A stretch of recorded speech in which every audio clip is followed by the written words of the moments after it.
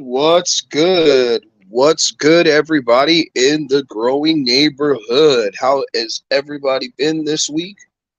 And it's the end of our week. We're going into a new week, a new segment. We're going to be going into our episode 2 of our first season of the I Am Green Giant podcast, guys. So thank you guys for coming to the show. I appreciate all you guys sticking and staying and listening. And let's get right into a couple of different things today. I have some videos. What's good, Eugene? Let's go. Eugene, are you still here? It's been a while since I've heard from you or seen you around. I've been kind of busy with just life and everyday thing, but I am going to be doing a podcast a couple of times a week. Try to do it about 8 o'clock, definitely every Wednesday, and then we're going to do some randoms. But we're going to be talking about hydroponics. We're going to be talking about growing in general, tomatoes, vegetables, and this episode, we're going to be talking about bloom and getting your herbs and vegetables ready for flower, switching early, and reading your plants. So thank you guys all for coming to the show. This is the I Am Green Giant podcast, and if you're new here, like, subscribe, hit the share button, and let's get into it, guys. So I got some clips here that are recorded earlier in the week. I wanted to show you a couple of things that we have going on. It's almost done loading. We are doing another 5 or 6 seed trays because we have the vegetables in the garden, but unfortunately we have a frost coming. And we had 30-mile-an-hour winds, and we're also going to have 30-degree temperatures. So on that note, the garden had to be prepped for winterized just for this last frost.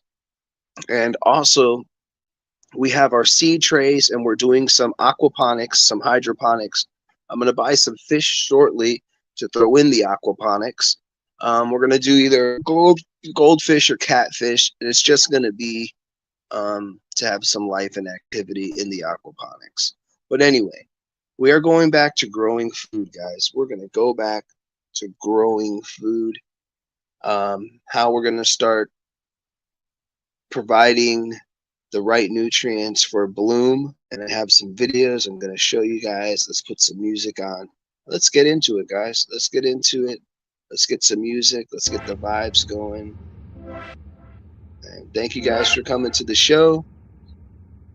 I Am Green Giant. This is the I Am Green Giant podcast coming to you live from the green room. So guys, what we're going to be talking about. So guys, basically what we're going to be talking about is water preparation. We're also going to be talking about humidity, climate, and keeping your humidity right through every stage, especially your last stage. You don't want powdery mildew. You don't want bugs. You don't want anything during your last stage. You want to have, if you can get through success from the beginning, you definitely want to have great success at the end. With growing outdoor tomatoes, you have a lot of pests. You have caterpillars, you have slugs, you have gnats, you have whiteflies, you have bugs, you have spider mites. You have to use IPM when they're young. For instance, my plants, we grew over 60 trays with different, everything from tomatoes to peppers to vegetables. Some seed trays had 50, some, and then they got transplanted. But before they went outside into the garden, they had IPM over several times. And that is making them super, like, giving them superpowers outside right now because nothing can bother them and all the bugs are beginning to come out. They look great, so stand by when I show you guys the transplant and how everything looks. Let me see if this video downloaded so we can get into some videos, guys, and I can show you a couple things we did. Another cool thing on these shelves, guys, is I have a bus pan on the top with some seedlings. So the warmth from the top goes to the seedlings that aren't popped. Once they pop, they go to the first shelf, the bright light. Then they'll go down a little more, and as they grow, they'll go down a little more. But yeah, we're doing well. We got a lot of peppers, We got some extra small tomatoes here that came up late. I did a perpetual, which means I planted some vegetables 3 times. I did a triple. I planted vegetables outside, then I have these, and then I have my next set coming up here, and I have another seed tray back here. And that's basically it. This is what the shelf looks like. So I got my bus pan on top with the ones in the cups. I got 2 seed trays, and you can have stuff on the bottom if you want, but I don't recommend that because the floor could be cold. Not only that, less light penetrates to the bottom. But that's it, guys. So thank you guys for watching the show. I appreciate it. Like, subscribe, and share. This is the DIY grow shelf hydroponics too, guys. I did half and half this time, but a lot of the hydroponic stuff that was in root plugs went outside. So that's it, guys. I use root plugs. I also use Rockwool. I'm going to show you guys. I also have, let me see. I'd have to show you guys this, but I also have a couple of things right here. Let me see if this one works. I took a cooler. I dropped a short recently. I've made a couple of these. They work really good, actually, to put your clones in if you want to start some. You know, I clone some of my succulents. I clone random plants just to do it when they fall or break off. So if you're looking, or even growing hydroponic lettuce will grow great. Peppers will grow great in it. But you got to give it a lot of nutrients and keep the pH balanced. So you take a cooler, cut some squares in it, and put some rock wool in the squares, and that's basically it. You put a fish pump. And I have the video downloading. I'll show you guys a little bit how I made it. It's really simple. Main thing is keeping your water cool, which is why you have it's in a cooler, because if outside gets too hot, it will keep the water cold, and if the outside gets too cold, it will keep the water warm. The main thing is keeping your water temperatures right. I do have some aquaponics outside that I'll show you guys in the video. I'll load it and show you guys in a second. I do have some peppers aquaponics outside that is beautiful. I just gave them a little bit of pH fishy emulsion and general hydroponics just to keep the nutrients right in the reservoir, and the roots are growing, and it's cold out and the roots are still growing. So that's a good sign. It's a good thing. Let me see if I can show you that video. I'll pull that video up, show you guys that video.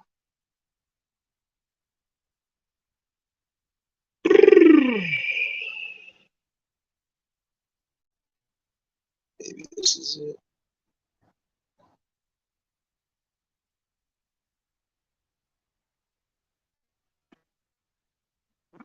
So yeah, it's pretty simple. Also, you can use totes. I'm going to do a whole garden thing with totes. I don't like to use them because I have a couple that I used many years ago when I saw a lot of videos of people growing in totes.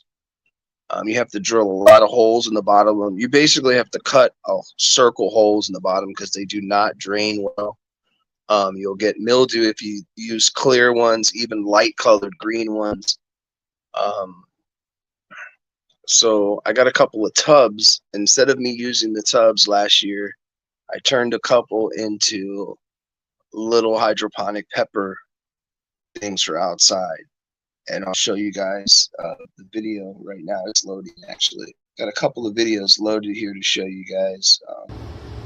Another cool thing on these shelves, guys, is I have a bus pan on the top with some seedlings. So the warmth from the top goes to the seedlings that aren't popped. Once they pop, they go to the first shelf, the bright light. Then they'll go down a little more, and as they grow, they'll go down a little more.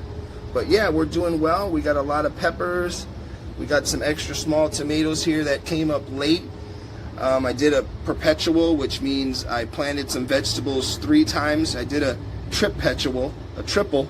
I planted vegetables outside, then I have these, and then I have my next set coming up here, and I have another seed tray back here. And that's basically it. This is what the shelf looks like.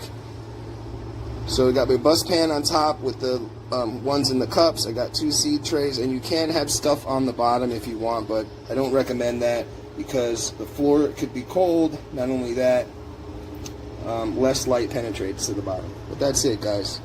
So thank you guys for watching the show. I appreciate it. Like, subscribe, and share. This is the DIY grow shelf hydroponics too, guys. I did half and half this time, but a lot of the hydroponic stuff that was in root plugs went outside.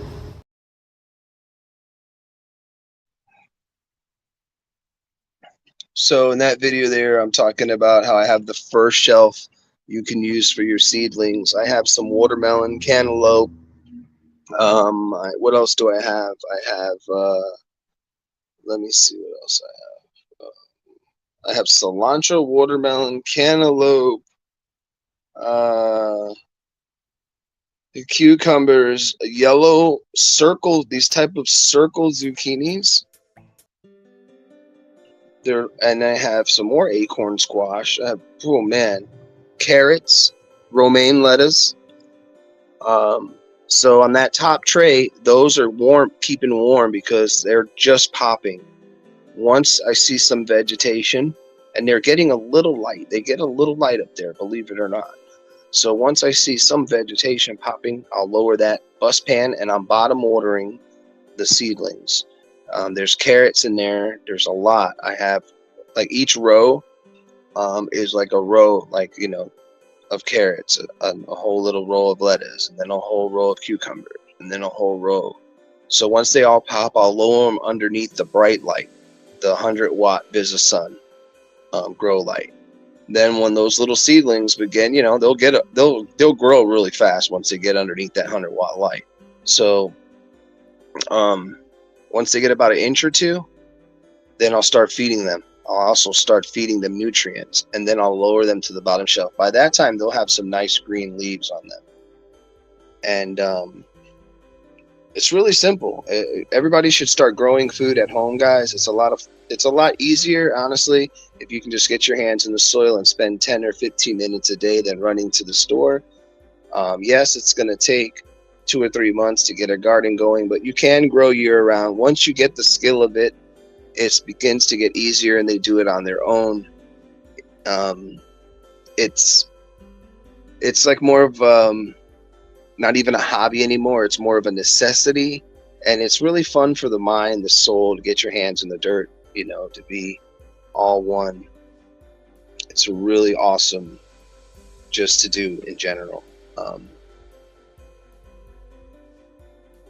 So, you know, you're growing food at home.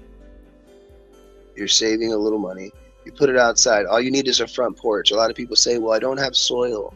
Well, I said, well, you can make some, and you can take it 3 to 6 months, and then you'll have some nice, really nice soil. Oh, well, I don't have the space. Oh, get a front porch right on your stairs. 4 pots, 4 tomato plants, 1 zucchini plant, 8 pots. You know, all depends on what you'd like to use, what you'd like to grow. But you don't need that much space. You can get the soil very affordable, or you can make your own soil. Growing for 2025 is going to be very important. People that don't grow their food, see, farmers don't starve. They give a lot of their produce away. They grow so much fruits and vegetables. You'll never see an unhealthy or skinny farmer. Once you start to grow your food and realize how easy it is, how affordable it is, we spent $60 this year. We bought 10 bags of soil. We bought, you know, some random things, bought some nutrients for the garden. So we spent about $60 or $100, but that return is going to return $300, $400, $500 in vegetables easily within the first month or 2. We have over 50 tomato plants. We have over 70 pepper plants. We have a lot, and everything is individually being put in pots. Everything has to be grown above ground. Soil is sandy. We flood. There's a lot of different things that happen. You have pests, so growing in containers and pots or, flower beds is really convenient. Why we grow food for 2025, there's two main things that's going to be very important: sustainability, homesteading, and just being able to know that if you have grains, rice, fresh vegetables, you would just have to go purchase meat. And not only just purchase meat, that's really expensive, but if you had to, you could hunt for your meat. You can't eat squirrels, you can't eat crows, you can't eat doves. There's many different doves that you can eat, many different birds. You can get a hunting license, and then between homesteading and a lot of people, I wouldn't call it lazy, I'd call it more convenient, because a lot of us aren't lazy. It's more of a convenience that we can go get vegetables at the store. But if you knew that it was just as easy to grow them out your back door or out your front porch, it would be awesome. It would be very awesome and simple. And I'm going to be showing you guys the routine of how we're going to be getting massive tomatoes, massive peppers. We're growing onions, garlic, cilantro. We're growing a salsa bed. We have a whole salsa and Italian bed. Our Italian bed is full of basil, 2 types of tomatoes and peppers. And then our other bed has other random stuff in it. Because we name our beds by what's growing in and what we're going to use for sauces and stuff like that. And then we have our salad bed, which will have our salad stuff in it. And we plant a lot of plants that complement each other, and we just plant random plants too. So whatever you like to eat, you plant and grow. Definitely don't plant things you're not going to eat. That's just my advice. That's just the way it works. Let's show some more video, guys.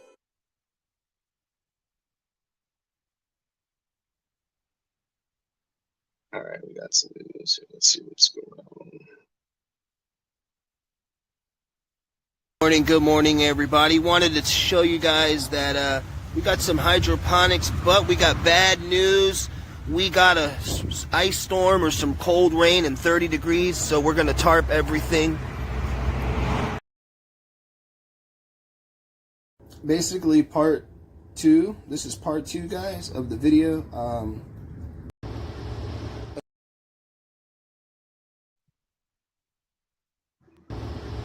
Another cool thing on these shelves, guys, is I have a bus pan on the top with some seedlings.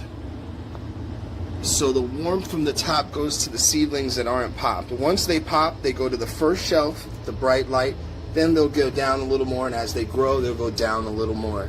But yeah, we're doing well. We got a lot of peppers. We got some extra small tomatoes here that came up late. I did a perpetual, which means I planted some vegetables 3 times. I did a triple. I planted vegetables outside, then I have these, and then I have my next set coming up here, and I have another seed tray back here. And that's basically it. This is what the shelf looks like. So I got my bus pan on top with the ones in the cups. I got 2 seed trays, and you can have stuff on the bottom if you want, but I don't recommend that because the floor could be cold. Not only that, less light penetrates to the bottom. But that's it, guys. So thank you guys for watching the show. I appreciate it. Like, subscribe, and share. This is the DIY grow shelf hydroponics too, guys. I did half and half this time, but basically part 2. This is part 2, guys, of the video. Good morning, everybody. Wanted to show you guys that we got some hydroponics, but we got bad news. We got a ice storm or some cold rain and 30 degrees, so we're going to tarp everything.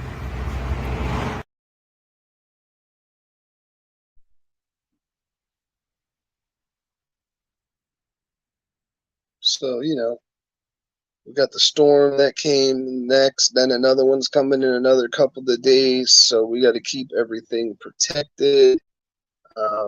Protect those leaves, especially when it rains. Put a lot of effort. I put a lot of time and effort this year on sprouting 2 shelves had seedlings outside, so I put a lot of work into this garden. I didn't want any frost. I don't want them to freeze. I don't. Chances are they could get a slight frost or a burn, but I don't think so. We're only going 30, but hey, 30 is below. 32 is freezing. So, oh, we pray to the plant gods, and we covered them with tarps, thick canvas tarps. They dried. They're not wet. It rained really hard. I put everybody together. So let's see. And tomorrow and the next day, I think it's dropping down even colder. So let's see what happens. But I think we're ahead of the game. I think that's it. After this, it's going to stay warm. That's just my point of view. We'll see what happens. I got another video here for you guys loading. I got a video about water, but it didn't load. So that's what I'm trying to do right now, just to let you guys know.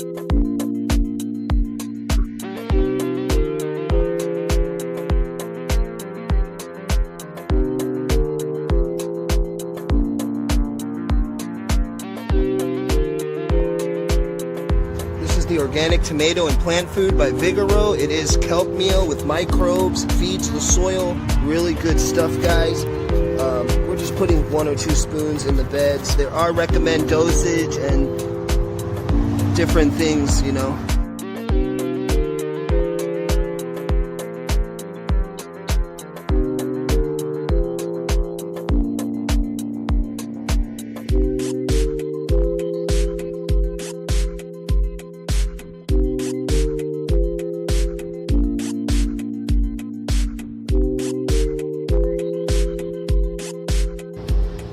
Another cool thing on these shelves, guys, is I have a bus pan on the top with some seedlings. So the warmth from the top goes to the seedlings that aren't popped. Once they pop, they go to the first shelf, the bright light. Then they'll go down a little more, and as they grow, they'll go down a little more. But yeah, we're doing well. We got a lot of peppers. We got some extra small tomatoes here that came up late. I did a perpetual, which means I planted some vegetables 3 times. I did a triple. I planted vegetables outside, then I have these, and then I have my next set coming up here, and I have another seed tray back here. And that's basically it. This is what the shelf looks like. So I got my bus pan on top with the ones in the cups. I got 2 seed trays, and you can have stuff on the bottom if you want, but I don't recommend that because the floor could be cold. Not only that, less light penetrates to the bottom. But that's it, guys. So thank you guys for watching the show. Morning, everybody. Video, I got some homemade or some scrap aquaponics here. This is just some scrap PVC. I got some really nice aquaponics going, guys. I'm using some leaves as a substrate, but we do got roots already, and I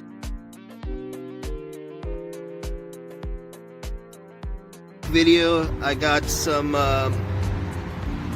homemade or some scrap aquaponics here. This is just some scrap PVC. I got some really nice aquaponics going, guys. I'm using some leaves as a substrate, but we do got roots already, and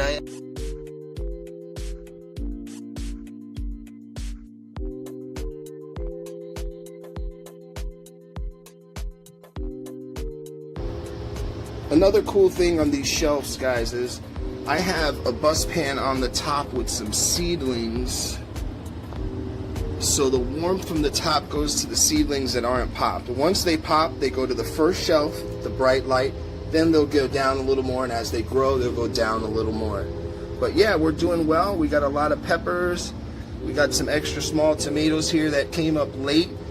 I did a perpetual, which means I planted some vegetables 3 times. I did a triple. I planted vegetables outside, then I have these, and then I have my next set coming up here, and I have another seed tray back here. And that's basically it. This is what the shelf looks like.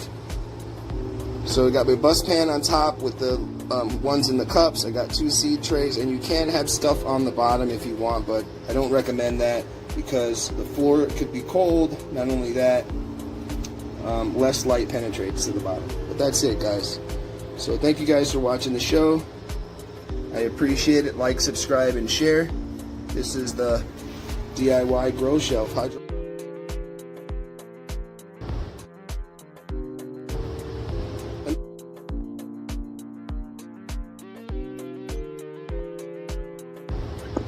Another cool thing on these shelves, guys, is I have a bus pan on the top with some seedlings.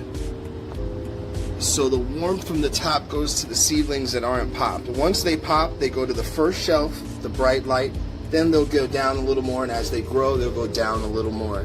But yeah, we're doing well. We got a lot of peppers. We got some extra small tomatoes here that came up late. I did a perpetual, which means I planted some vegetables 3 times. I did a triple.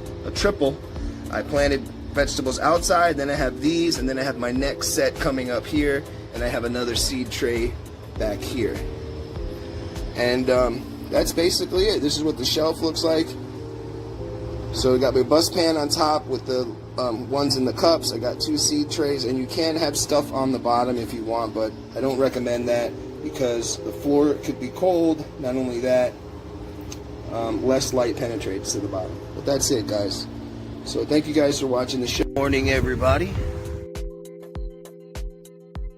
Hey, what's going on, everybody? Welcome to the show. This is the I Am Green Giant podcast, and if you're liking everything so far and checking out the videos and watching the videos after the fact, thank you guys. Leave a comment, like, subscribe, share if you got all the way this far.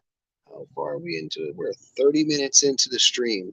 All right, guys, so we're going to get into the NPK value and the numbers of NPK on your nutrients in your bottles.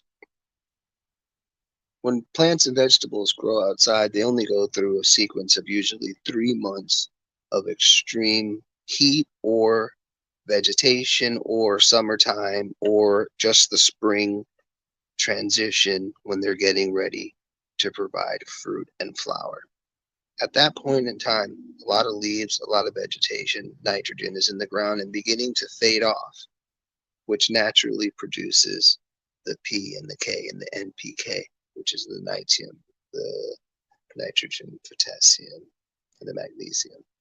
And with nitrogen, potassium, and magnesium, those 3 key elements, more towards the end when you want to get big peppers, big fruits, brighter flowers, bigger flowers, you want to be able to bring up your NPK, which is why they have NPK boosters, guys. So, on that note, you should usually buy some. They have it for your fruits and vegetables, for your gardens and herbs. If you have tomato plants in the garden, and yes, you fertilize them and got nice soil, we don't recommend using any big name brand soil like Miracle Grow or something that is pre-seasoned.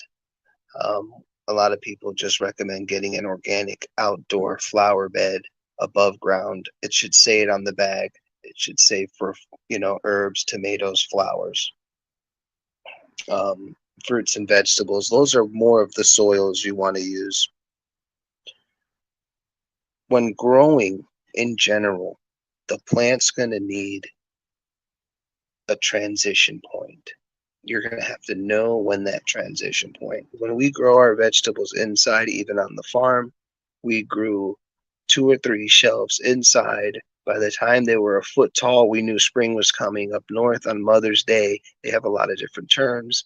You know, knee high by 4th of July for the corn. You'll have a great harvest. They have these different terms, and usually it's out by Mother's Day. I like to go out before 420. I'm putting mines out and risking it usually the beginning of the 3rd month, even though we got frost in the ground. I'm trying to plant lettuce, strawberries, different things when the ground is cold. But that's just me. I also had Arctic tomatoes when I lived up north by Canada, and we grew Arctic tomatoes. Very nice tomatoes, and they can grow in sub-zero temperatures. I've had videos and photos of the tomatoes still ripe and red with ice and snow on the ground. But how we did that is we kept mulch around and we kept them fed.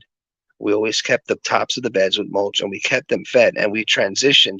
We made sure that our plants went out during the right time, and every transition was exactly on timing. Like, I know that in another month or two, the plants, automatically my tomato plants I have outside, are going to transition on their own. When I see that they begin to start showing flowers, I will begin to start top dressing my outdoor with fruit and herb top dress for my herbs, my basil, my thyme, whatever I'm growing outside, my tomatoes. And what that does is it enhances your P and K, not your N. Your N is your nitrogen. So remember that NPK value, it's already had so much nitrogen its whole life that now it just wants P and K to produce fruits and flowers. That's how you produce bigger tomatoes, bigger peppers, and you will see the results, guys. The tomatoes that I grew came from a slice of tomato or from a tomato that we bought from the farmer's market. A lot of our vegetables are seeds that are collected by us from a sweet bell pepper or something we'd like, or a red pepper, or just something we like in general that we would like to grow and eat, like romaine lettuce, carrots, and so on. So remember, also there's going to be, I made a couple of videos, one of them didn't download. It was about the NPK value, how to use your pH pen and know how to feed with your numbers, with your ppm. Your ppm, knowing how to feed with that ppm, knowing when they're at 2 weeks old to make sure they're at least eating at 400 ppm, minimum 400. They should be eating fine. You should be able to pH your water at a 6.5 in organics, and you should. My tomato plants are bright green. They are lovely. One of them is 2.5 feet tall. I will show you guys. I'll give you guys the update later on in the week and show you the vegetable garden. It's definitely worth pHing and balancing your water, and also dechlorinizing the toxic chemicals and metal that could be in your water, at least bubbling it out. That's just my point of view for your vegetables and tomatoes. It's worth it. It takes a little time, but that's the way it works. If you put a lot of time into things, things will work. Thank you for coming in. Like, subscribe, share. This is the I Am Green Giant podcast. And if you guys made it this far, whoever came in and said what's up, shout out to Eugene Martin. Thanks for all you guys sliding through the show and saying what's up. What's up, everybody? What's good? This is the I Am Green Giant podcast. We're going to be talking about all sorts of cool things. I have some videos here of things that we are doing. I'll show you guys. I got a little hydroponic, got some aquaponics we're going to add goldfish to. We got some hydroponics. Video, I got some homemade or some scrap aquaponics here this morning, everybody. Video, I got some homemade or some scrap aquaponics here. This is just some scrap PVC. I got some really nice aquaponics going, guys. I'm using some leaves as a substrate, but we do got roots already, and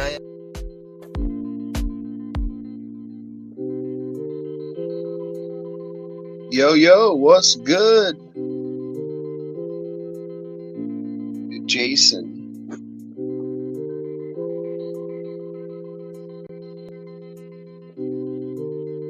What's good? Hold on a second. Gearing up for the new season of green. Nice. What's going on, Jason?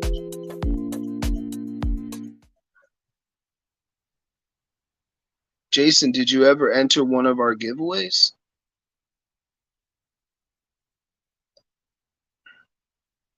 I have a couple of people's emails. Have you ever guys wanted to grow hydroponics or ever considered hydroponics or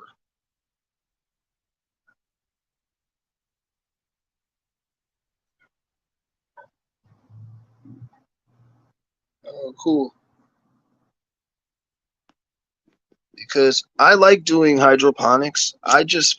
I get faster growth for some reason. I don't like the transition point. What happens is even when I put my pepper plants all in the little setup I had with the nutrients, it took them about 3 to 4 days to adjust.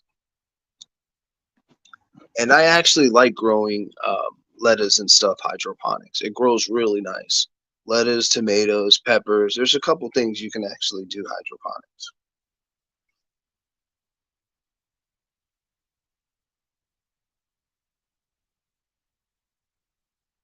Ended up getting a bunch of unwanted overtime. I didn't get signed up.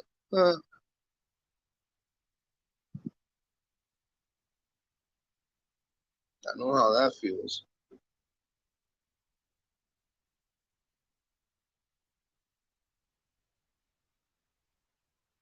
One of my bosses at my old job, he used to put you on every Saturday, and it's a 10-hour day Saturday, and he wouldn't tell you. It was like rotate, and it would just get annoying because the pay was so cheap back then. It was like 14.75 back then, or something. Like you're only making like 15 an hour to work in a shop like a slave, and you had to do it was required by the team that you had to do at least 1-2 Saturdays a month. See, they made it optional 1 or 2 Saturdays. So yeah, working for companies is hard, man.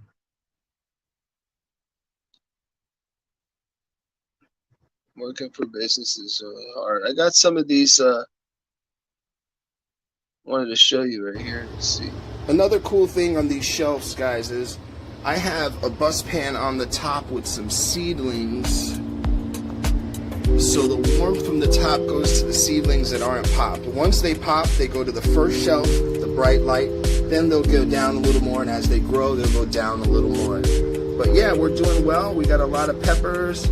We got some extra small tomatoes here that came up late. I did a perpetual, which means I planted some vegetables 3 times. I did a triple. I planted vegetables outside, then I have these, and then I have my next set coming up here, and I have another seed tray back here. And that's basically it. This is what the shelf looks like.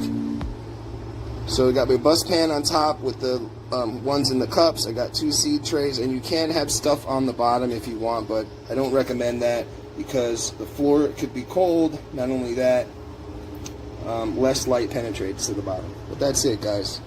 So thank you guys for watching the show. I appreciate it. Like, subscribe, and share. This is the DIY grow shelf hydroponics too, guys. I did half and half this time, but a lot of the hydroponic stuff that was in root plugs went outside. Yeah, that little shelf. I got a couple of those at our old house. We had a couple of them set up.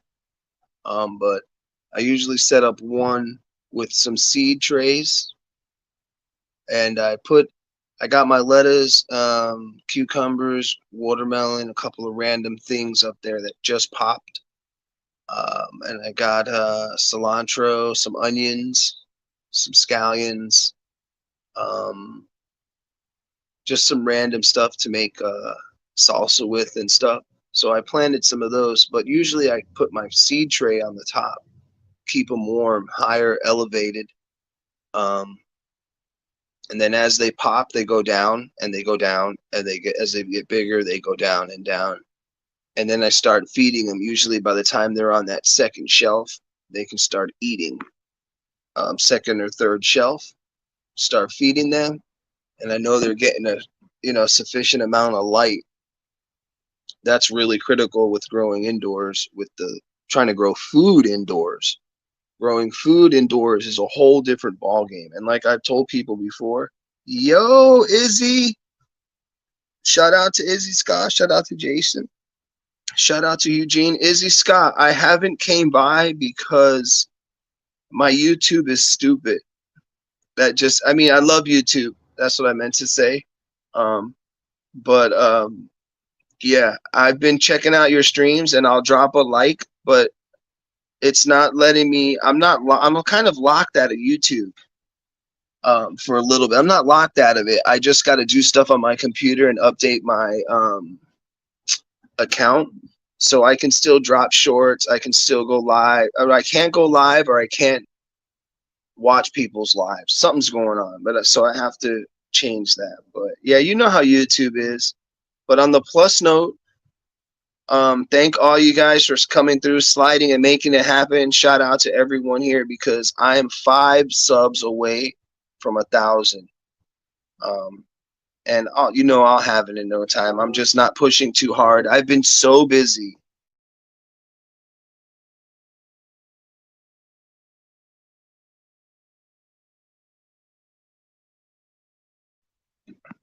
I've been so busy with work and trying to get the growing. Every time I come home, okay, so I've got the garden outside. Like I said, I have over like 50 tomato plants. I have like I'm doing these DIY things with scrap bottles, making little planters too, just to use plastic and to, I don't have that much room, in all reality, but I do have a nice front and backyard, but I like to use my private area to grow because I don't want to grow and where someone could walk by or drive by with a car and see a whole field, or because people would snatch vegetables. It happens all the time. So I got it in my little front fenced off yard or in my side yard or on my porch. And everything's growing like crazy. So I'm really excited that what I grew inside 2 months ago is already 2.5 feet tall outside. And then I have a whole nother seed rack and tray of organics. Thank you. Thank you, Izzy. I'm trying hard. I'm trying hard. But I'm being patient. I know in due time, Izzy, that, you know, gradually my subscribers and people that I know, like everybody likes like my vibe on my channel. So I'm trying to find my own community. I'm not looking, I do vegetable gardens, DIYs, and growing. I always have. I also do a lot of cooking videos. But now that we're going into spring, we're not inside as much. I got more things to do outside. I want to do my gardening and keep you guys up to date with like feeding.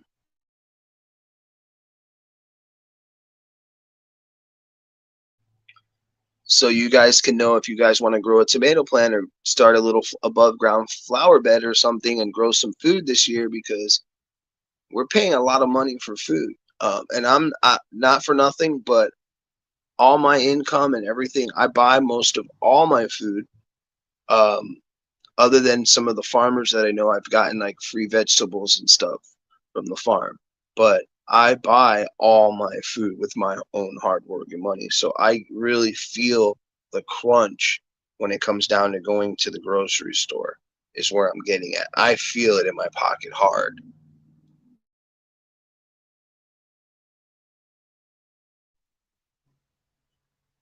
I mean, to go to the grocery store once a week and just jump in and spend $100 every day you're there, that hurts. 86. That it's like there's no way I walk into the grocery store with just buying milk, bread, eggs, some stuff for breakfast, cereal, and milk, and don't walk out with spending $100. So that's one of the main reasons why I got to where I'm at on the growing food and why I want to grow food, guys. That is the main thing. That's why we're going to be growing food. We're going to be showing you guys how to grow, and we're going to be just growing as a community. Let's grow some food. if everybody would grow a little bit of everything, honestly, we would have a lot. Because if the neighbors, like, see, my back where I used to live at in the country, I had some American neighbors from Texas and Pennsylvania, and then we had some Mexican neighbors.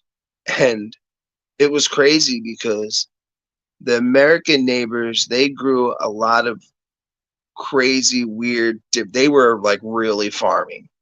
They grew, cabbage, parsnips, lettuce. They grew everything. But then the Mexicans only grew like radishes, lemons. They had all sorts of shit on their property, on their farm, but they only grew the things that they eat. So we were trading because I grew like sweet potatoes, squash. I grew stuff from the Caribbean. I grew stuff from like the South. Um, I grew a lot of different things. And so we would trade. The Mexicans like, oh man, you got jalapenos? I'm like, yeah. And I grow hot peppers too. I'm like, how do you guys eat even habaneros? I can't stand habaneros. I've had habanero mango barbecue sauce, but they're still hot. So I grow jalapenos. I grow sweet jalapenos, yellow ones. Um, I got a crossbreed of jalapenos. Um, so we used to always all trade these different vegetables. And, you know, people grow because not only is it fun to grow, but you save money and we could trade. And like my friend's dad, they're from Chihuahua, Mexico. They're from Texas. They grow nothing but jalapenos. That's all they grow. Jalapenos. So he comes to work with like milk crates of jalapenos, and I got the seeds, and the seeds came from Mexico. So I'm growing those. I grow those every year. I love them. They're not hot. These are the regular jalapenos. Now they do have hot jalapenos. They have a couple of different types of jalapenos, and every year they give me a milk crate of peppers, and I love growing. I love being able to produce food. I can't wait to show you guys in one more month how big the garden is going to be. It's already tripled in size. I have some videos I'll show you. I mean, when I mean it's tripled in size, like it's tripled. Like I got to drop some more videos. Give me 1 second. I'm going to load one more video for you guys and then show you guys some of the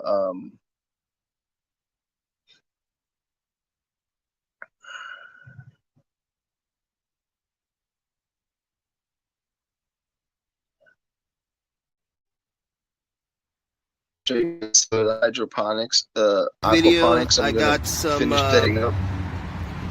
homemade or some scrap aquaponics here. This is just some scrap PVC. I got some really nice aquaponics going, guys. I'm using some leaves as a substrate, but we do got roots already, and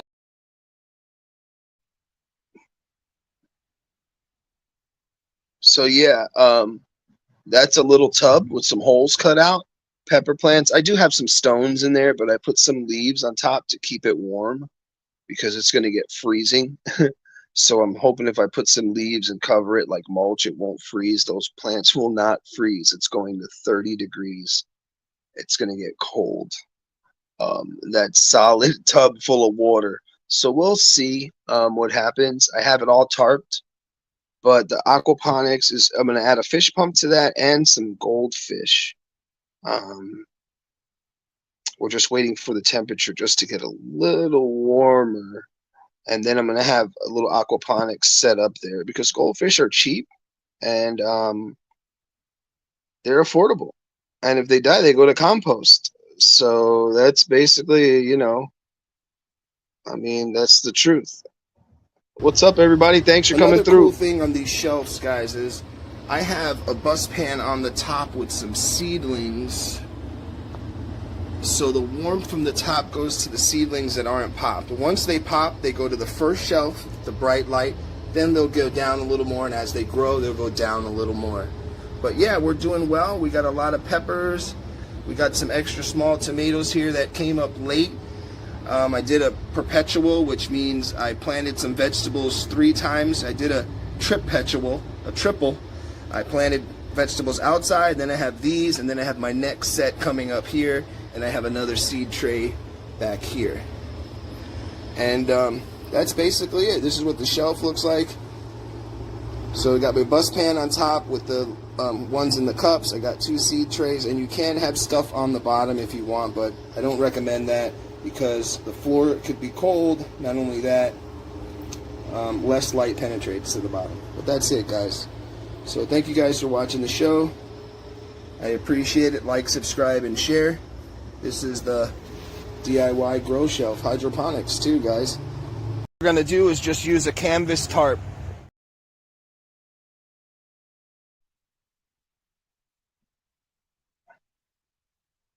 So that was one of the little beds. I'm trying to find the clip right now. It was getting windy and cold, so I couldn't record. But I covered all that little garden I just showed you right here. This is what We're gonna do is just use a canvas tarp.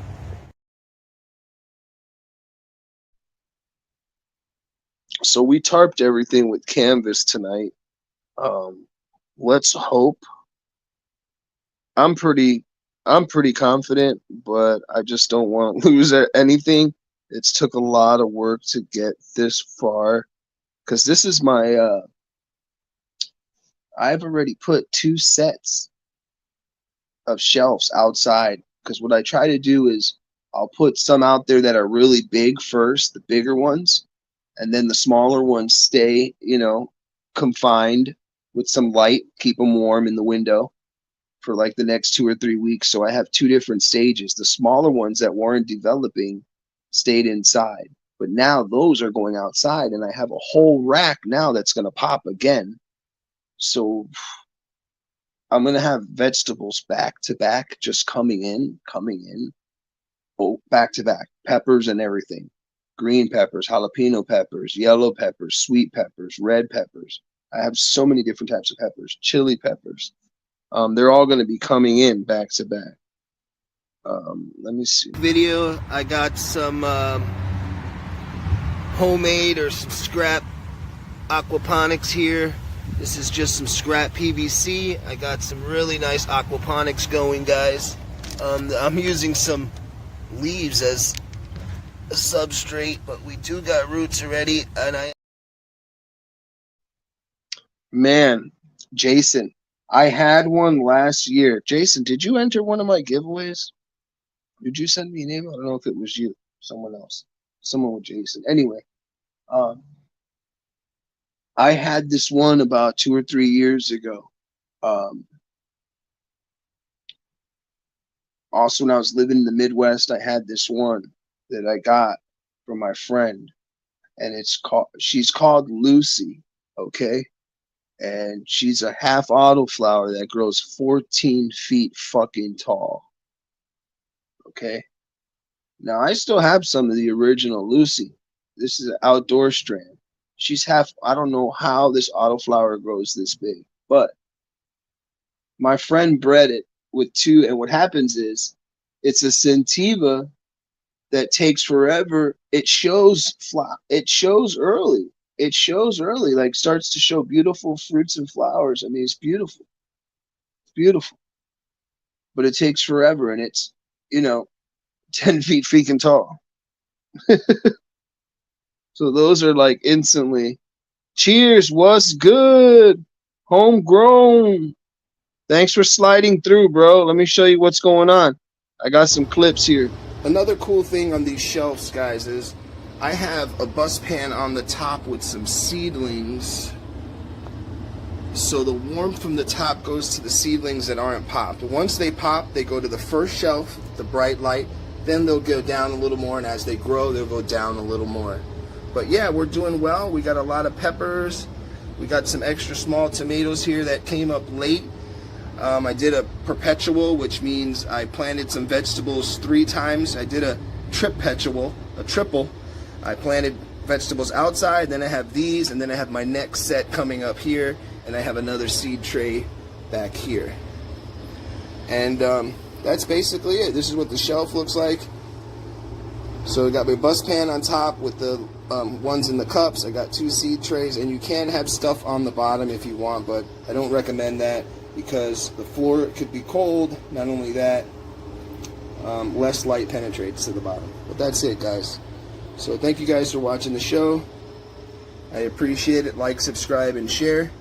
This is the DIY grow shelf hydroponics too, guys. I did half and half this time, but a lot of the hydroponic stuff that was in root plugs went outside. Hey, thanks. Yeah, I got some tips for cloning. I got some for you right now.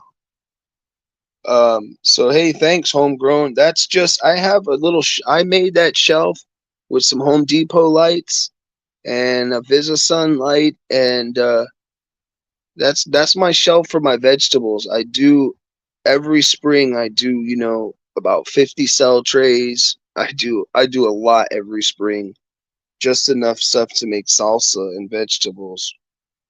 Yeah, root plugs for the win, without a doubt. Now, let me tell you though, root plugs will choke your plant out.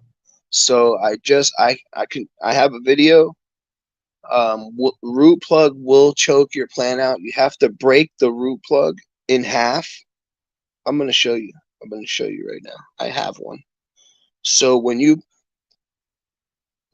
plant something in a root plug, make sure you cut a slit down one of the sides. Okay, slice down one of the sides like an envelope and open it up like a sandwich, because what happens is over time, if it doesn't have a slice in it, when that trunk gets fat, the plant gets lockout. It chokes the plant out. So if you slice your root plug in half, the roots will grow out that side when it begins to get lockout. Yeah, I got root plugs right here. I'm looking at some right now. I grew some peppers in root plugs too. That's how I did my peppers this time. I had extra root plug trays. Um, so guys, let me see what I got. Let me see. I don't need to show you guys the whole setup. Oh my gosh, there's a little moth in here. Son of a bitch. Okay, so let me give me a second, guys. Excuse me, guys. Um, root plugs definitely work, bro, but I'm gonna show you a bunch of issues and why I have a problem with them. Okay, I'm gonna show you right now since we're on cam. Yo, what's up, guys? We're going live. We're going live from the microgreens. Are passing out. They need water. They're about to dry up on me. Let me spray them.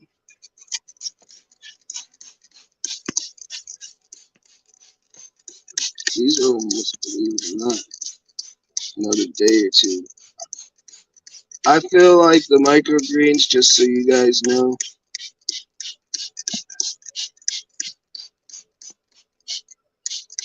it's over. It's overrated. But this one looks good. Like these look good. Okay, so let me pull up a root plug right here. Is something growing? Oh, there is something growing in here. Oh shit! There was like a fucking centipede. Was that a centipede in that bitch? I'm gonna kill that bitch. I got some fucking sperm for his ass. I opened it up, bro, and a bug fucking came out, bro.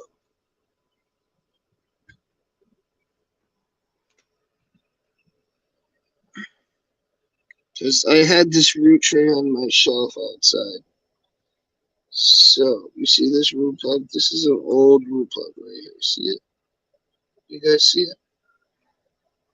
Now, if I let this pepper continue to grow in there, it will have nowhere to go. But what I do is I rip the side, like right here.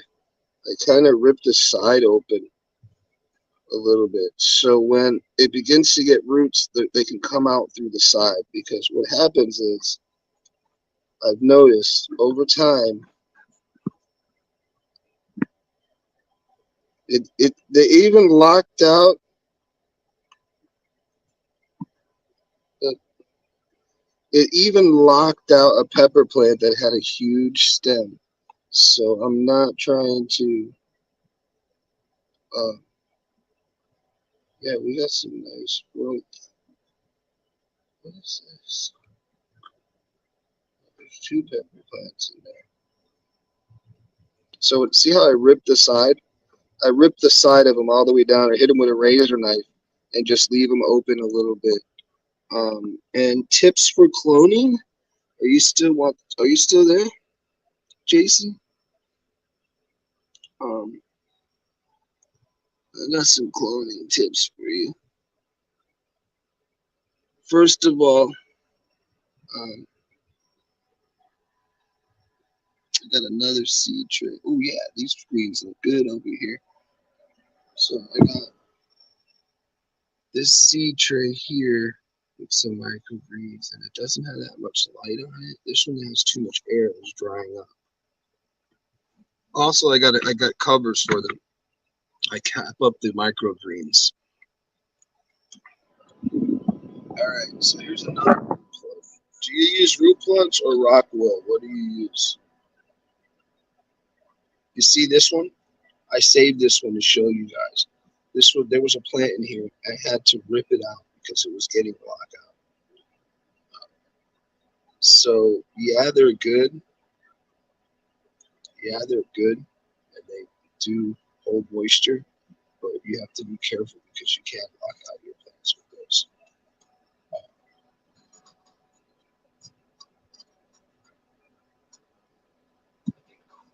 Yeah. So I got some tips for you.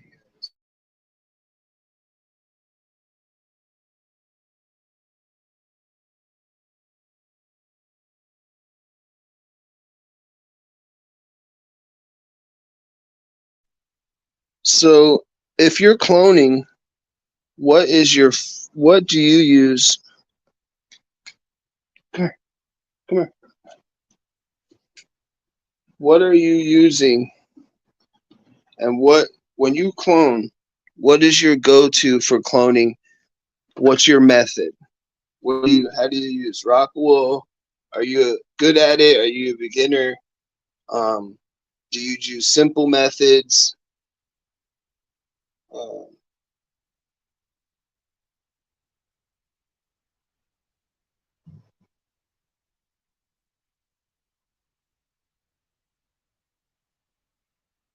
core is what I got in the root of cocoa core, root tone.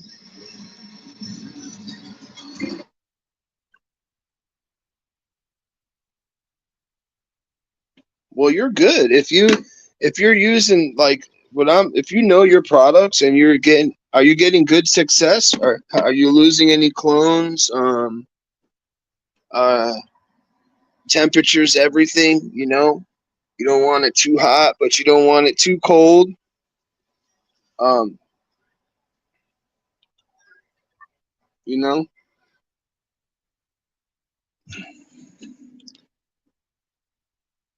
I mean, I don't even use nothing Clonex, nothing anymore. When I do, I just cloned like earlier a couple of years ago because I'm not really cloning. I have some clone plants here, but I don't have any. But I have like some clone peppers and like my bush from outside. I cloned it, um, and I cut it at an angle. But my thing is, I always cut it at an angle. I dip it in aloe.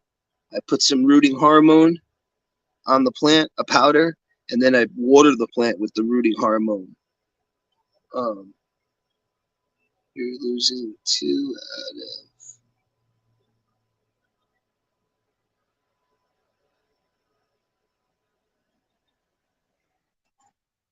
Also, what you can do is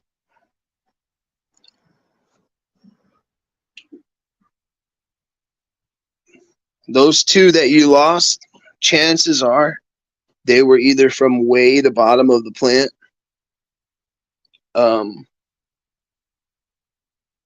sometimes they say if you take them from too low of the area, um, they don't have enough, or it could be it could be many different things. It could be just they don't want to live. It's just part of the science. Um, or You got some bacteria in there. If you just touch it with your fingers, sometimes I do my clones barehanded, but I wash my hands. I do them on a clean surface, and I do them really fast. That's my thing. When I mean I do them really fast, I do them within 5-10 minutes. So within they're ready and so ready to go, watered underneath a bright light, humidity dome, sealed up, everything, within 5 minutes. So boom, cut, cup, trimmed, dipped, boom, in the container within 5 minutes. I literally have a timer that I keep it under within 3 to 4 to 5 minutes. Soak them in a cup with a little bit of tap. Boom. Dip them in aloe. That's what I do. I dip mines in aloe, and I put rooting hormone. Then I'll water them. They're nice and wet, but I'll water them again with rooting hormone. And if one or two doesn't stick, it's usually my fault. But I'm doing a test right now. Speaking about cloning, we're doing a big test. We're trying to figure out what helps rooting better. We have root plugs, rockwool, and soil pro mix. So we're trying to see who's going to root fastest in 2 weeks. We're going to wait 2 weeks without touching it and checking it, and we're going to see who has roots in 2 weeks. And I'll let you know. I'm cloning a bonsai. There's certain plants that are going to be harder to clone, certain plants that are harder to just deal with in general. I have this freaking awesome bonsai here, and this is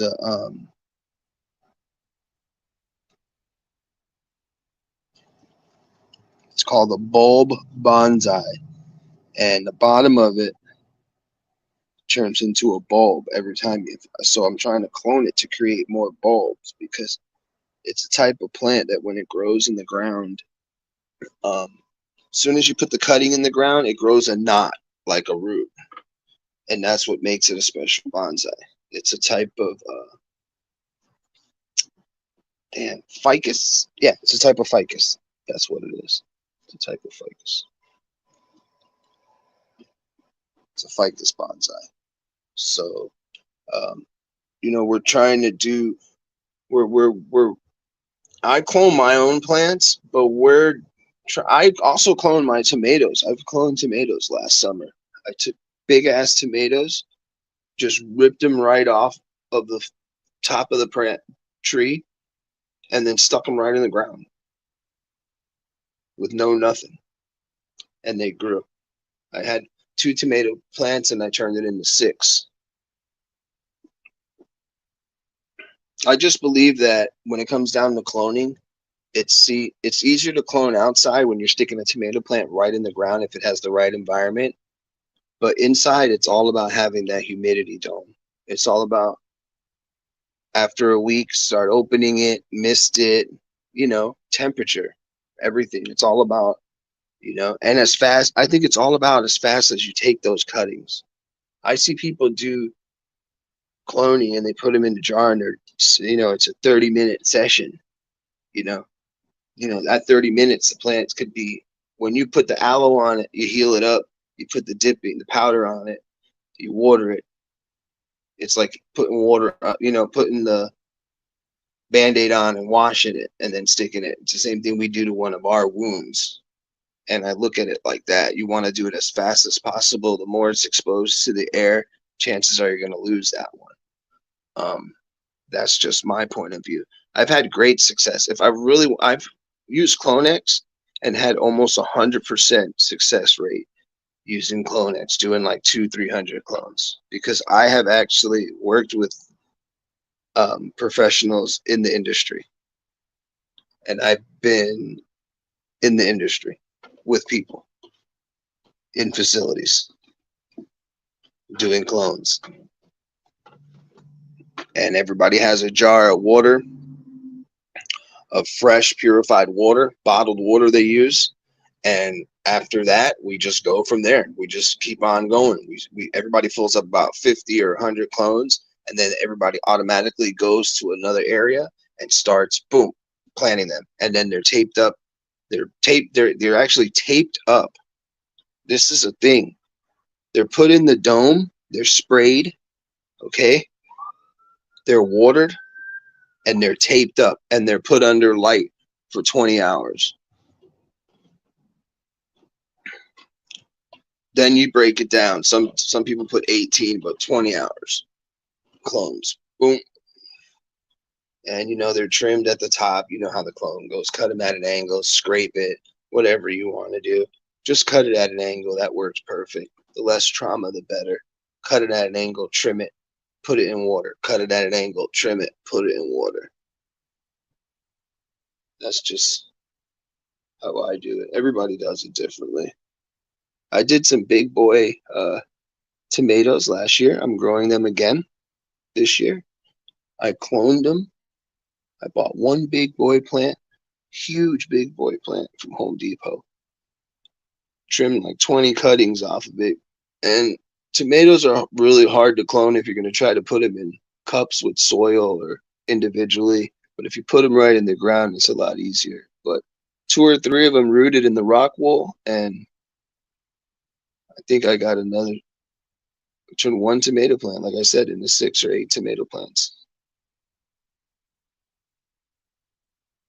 So I think environment, when it comes down to cloning, it's like the only thing that matters is your environment. You need to cut them fast, throw them in. Cutting them fast too is very critical. Less trauma on the plant. Like, I know 100% the less trauma on the plant, the quicker you transplant a plant. Just shake the roots off a little bit. You know how when you transplant, you shake the roots off, you put it in the soil. If you were to take that plant, continue to mess with it, throw it on the ground, leave it in the sun for 10 minutes, you're putting it under more stress. So I believe cutting your plants fast, putting them in the soil. There was one time we were rushing and doing a bunch of special strands, and I went to put one on the shelf, and the whole tray moved after, you're moving, you're doing 5, 6, 7 trays within 20, 30 minutes. You're loading up all the shelves, loading and loading. And I went to put one towards the back of the shelf, and I just banged all the clones. And believe it or not, they all fell to the side and had to all be readjusted. The 5 or 6 that had to be readjusted had problems, and 1 or 2 of them died because they were exposed to more trauma. So the less trauma on the plant, be as nice as you can to it, trim it, clean it up, boom, dip it right into the substrate, like right into your medium, whatever you're using, rock wool, your cocoa, whatever. I've never cloned in cocoa. Yo, Detroit, what's good, brother? I've been checking out your streams, man. YouTube is acting crazy, so I drop a like, I come by, slide. I got to go on my computer and change the settings. I can't comment, I can't go on live streams, and I can't live stream through YouTube. But I'm not in trouble or nothing. So just know that I do check out your stream, and I am a supporter. Homegrown. Homegrown. Cheers, everybody. So yeah, I got the hydroponic garden going. I got the vegetables. Let me show you guys a quick video so you guys can check it out. I got the hydroponic peppers are looking good. Video, I got Aquaponics. We're gonna some put fish. homemade or some scrap aquaponics here. This is just some scrap PVC. I got some really nice aquaponics going, guys.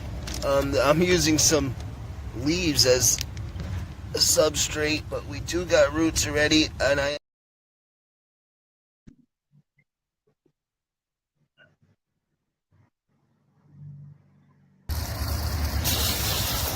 now in this video I'm going to wet it down. This is one of my beds with the homemade soil that's made out of compost and leaves. Good morning everybody. Wanted to show you guys that we got some hydroponics, but we got bad news. We got a ice storm or some cold rain and 30 degrees, so we're going to tarp everything.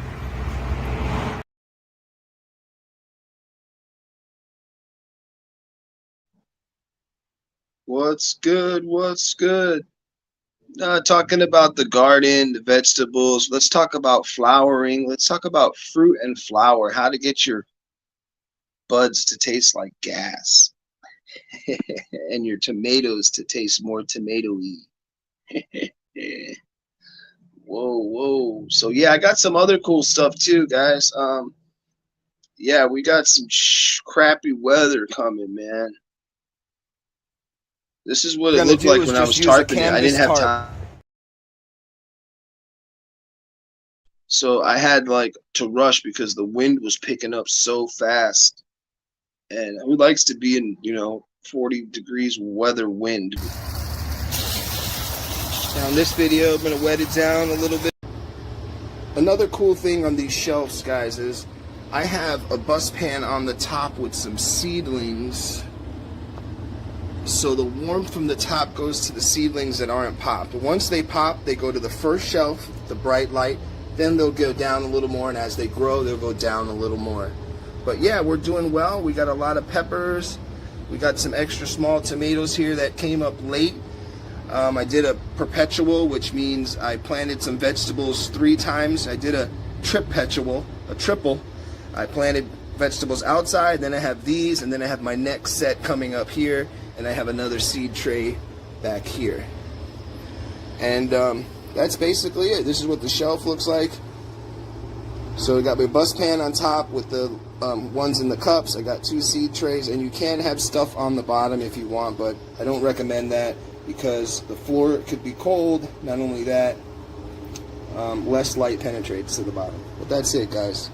So thank you guys for watching the show. I appreciate it. Like, subscribe, and share. This is the DIY grow shelf hydroponics too, guys.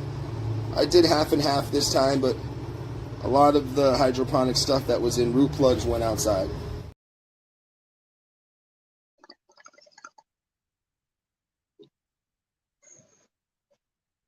So yeah, guys.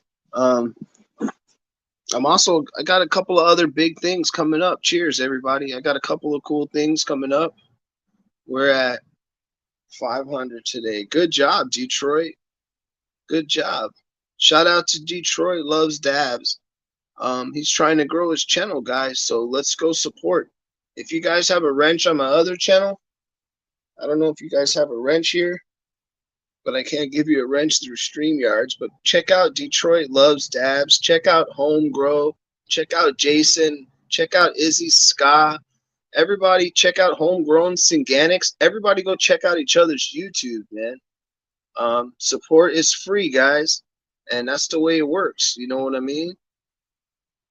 Um, what's good? Shout out to Home Grow 4201. Let's go.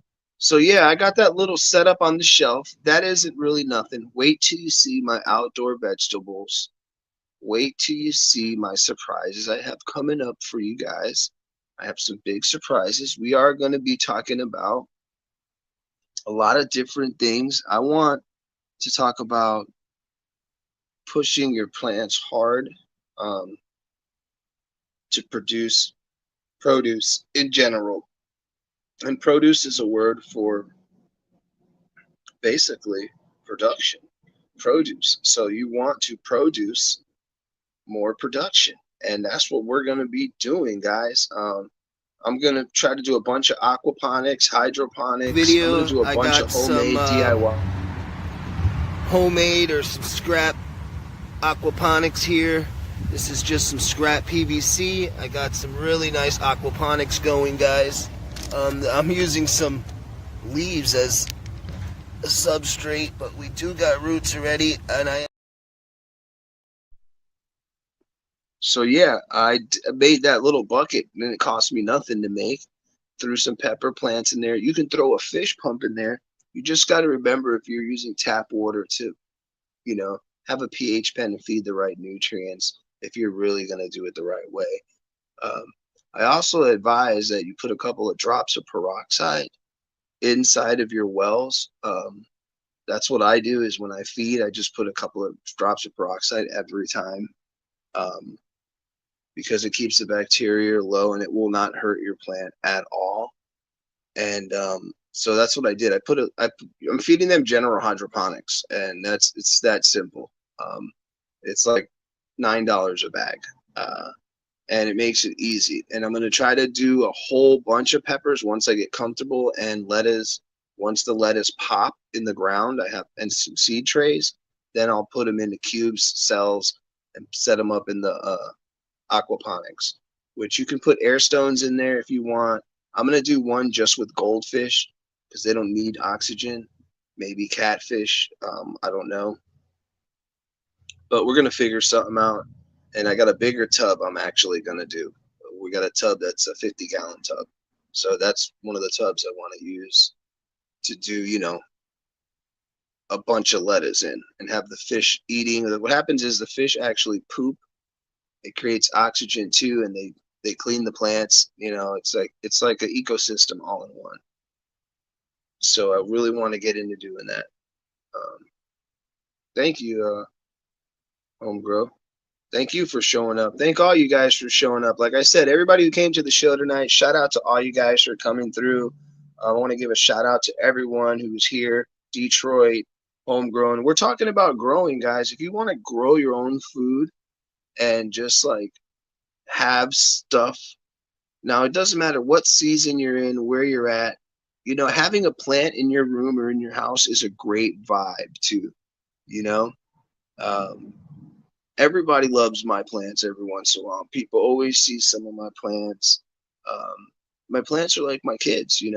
So you gotta plants have so many different medicinal purposes that it is ridiculous. Um, I'm gonna be showing you guys how to make new salads. Or the new salads are going to be made out of young pepper leaves, young basil leaves. Did you know you can eat zucchini leaves? Did you know you could eat tomato leaves? Did you know when you have a bad harvest during tomato season, you could turn your tomato leaves into a salad? Depending if there's not enough pollination, depending if your plants just do not grow. A lot of plants have a lot of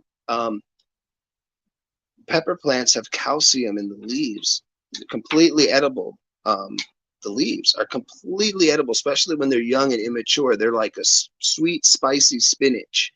Um, they don't have no slimy texture like spinach, which is awesome about pepper leaves.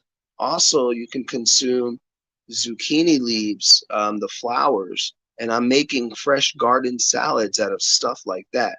I'm gonna drop a short, guys, and show you. I just go out to the garden. I have some Brussels sprout leaves and some greens. Go out, cut me a little bit off. That's my fresh salad. Then it costs me nothing. Also, eating greens, the sun gives the earth and everyone energy no matter what. If we didn't have that sun, we would not be alive. The sun is releasing photons that turn into energy that shoot through the sky and hit the planet, turn the leaves, the trees into energy, it turns it green. They live, they feed the animals. That cycle, the animals feed us, it feeds the birds. So we need photons. I always talk about this, the sun, everything. Um, we need to have a fresh green diet in our body to fight off diseases, to fight off many different things. It boosts your immune system. It does a lot of things, guys.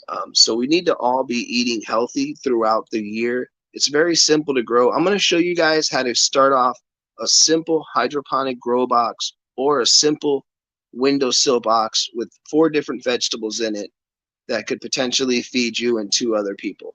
So we're looking at a small grow box. Yo, do you go grow your peppers in what containers? Oh, I grow them everywhere. So my peppers, everybody watching, thank you guys all for coming to the show. Drop a like, subscribe, share. Support is free. Thank you guys. We're talking about growing food organically, and 2025 is going to be a very expensive year for produce, eggs, and food in general. Um, so yes, I do grow, Jason, in containers. I have, 3-gallon pots with big pepper plants in them. I have my flower beds with like 1 or 2 inch peppers now, and like 5, maybe 1 footers here and there. Like I have a lot of different sizes peppers, and I have them in flower beds, containers, window boxes, um, bottles. I cut bottles in half, made like a drip system, put the half bottle upside down at top. So when it rains, the water drips into that bottle, and then that drips into the next bottle and then falls in the ground. So I have peppers everywhere. And I noticed that the best place they grow is in a 3 to 5 gallon container because it keeps them warm. Peppers do like really warm roots and not too much sun compared to tomatoes can handle more colder roots and all the sun it can get. So yeah, I grow all my peppers in containers basically and flower beds. Nothing grows in the ground because we flood. Our soil's no good. It would have to be tilled, seasoned, and it's just no good. There's too many bugs. It's just I tried to do a couple of years ago on our old property up north, rows of tomatoes. I did beautiful rows, and within 1 month, the bugs had ate it. Something, everything was falling apart. We got 2 tomatoes. Yep, raised beds. I have 2 or 3 raised beds. I have some 50-gallon jugs I'm making now, cutting them in half and making raised beds out of the plastic jugs, food grade jugs. And I built an above ground bed out of scrap wood, which that has been very convenient. That works great because not only can I just add more soil to it, or when it's done, I just pluck everything out and start a new grow in it, or chop everything down and throw it inside and then put soil on top. So the above ground beds are what I really like, but it takes a lot of work to build. They're expensive. Wood is expensive now. But fortunately, the one I built, I've had for like 4 years, 5 years, and it hasn't budged. It's in mint condition. I built it out of scrap treated deck wood. Put flower pots around. I've dropped a short of kind of what it looks like, and I got a couple of more, but I haven't shown them all to you guys because I'm still building them, and I want to get the garden like tidied up and the plants really big before I um hold on. I got a video of the garden today. I was walking it a couple days ago. Let me see. I had to tarp everything.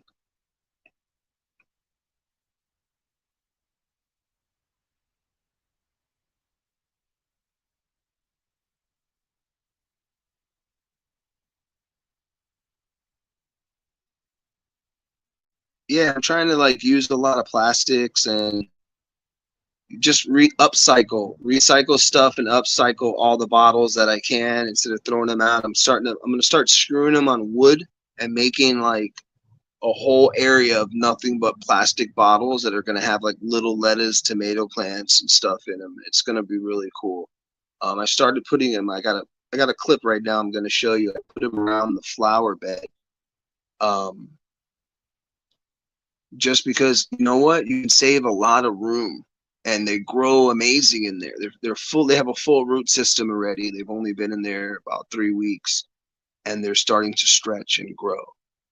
Um, so, and I'm not paying for no pots, and they're in the air. They're kind of suspended, so you can never really overwater them because they always drain. Here it goes. It's loading right now. And I want to just start upcycling plastics and using styrofoam coolers. That's what I'm going to do. Line up a bunch of coolers, old coolers, and start making aquaponics in each cooler. One's going to be lettuce, one's going to be spinach, one will be like turnips, and radishes. This is what the garden looks like. We do have some cold weather and an ice storm coming. I don't know if it's ice or freezing, but it's going to be 30 degrees rain. Well, that was the side of it. This is what the garden looks like. We do have some cold weather and an ice storm coming. I don't know if it's ice or freezing, but it's going to be 30 degrees rain.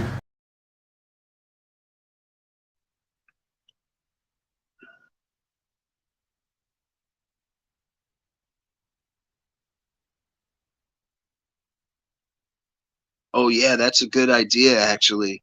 I see that's what I wanted to do. I wanted to build a square area just to like do my compost, like a big square area, like a maybe even a, let's say 6 by 4, something like that in the corner, at a wood, so I could throw all my scraps. Yeah, it looks better now. That was a couple of weeks ago. That was a quick. No, that was like 2 days ago because it's coming again, the storm. But anyway, um, they've still grown like really well.